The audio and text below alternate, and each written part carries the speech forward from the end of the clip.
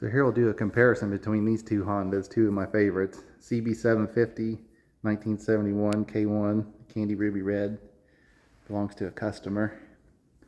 And then my 2013 CB1100.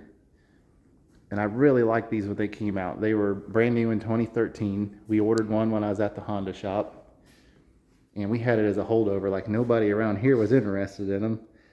They were all buying VTXs and I really liked it, so I ended up buying it.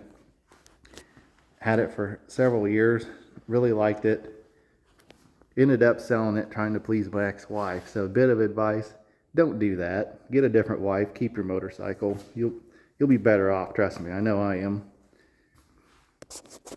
Both of these are finished with chrome fenders, and the CB1100 was nice. They weren't just chrome plastic, they were real chrome.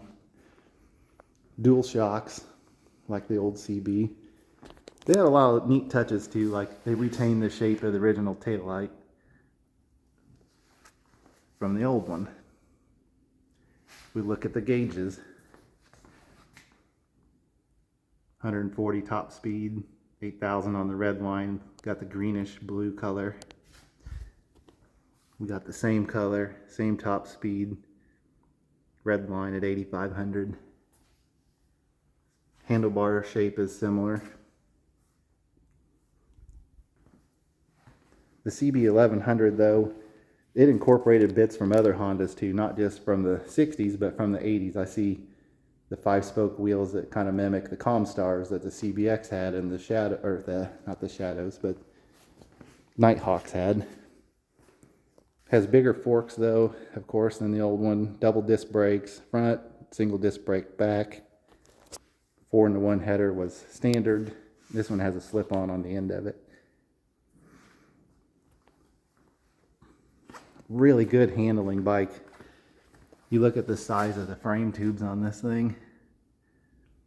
Everything's all gusseted. Bigger swing arm. And come over to the old CB. Smaller frame tubes. Much smaller swing arm diameter, but that's kind of what they needed. People weren't trying to set a world record with them, but both bikes were pretty well performing. The CB1100 had about 88 at the crank. This one makes that now at the wheel. I've modified, like I said, the exhaust and put a programmer on it. Did a few other odds and ends. 68 foot-pounds of torque on it. This one you can ride in high gear most of the time once you're rolling. It weighs 540 pounds with oil and with gas. It's supposed to have covered the quarter mile at about 1179 at 110. Top speed on it's 112. That's limited. You could do away with the top speed limiter. That was left over. I guess in Japan they were restricted, and then whatever that is in kilometers works out to 112 in our mile per hour system. We'll come over the old CB. 67 horsepower on it, 44 foot-pounds of torque, lighter at 506. I'd say that's from the absence of all the disc brakes. They're a little heavier, smaller frame and all that makes it a little lighter. 13.5 in the quarter mile at 100, 123 mile an hour top end.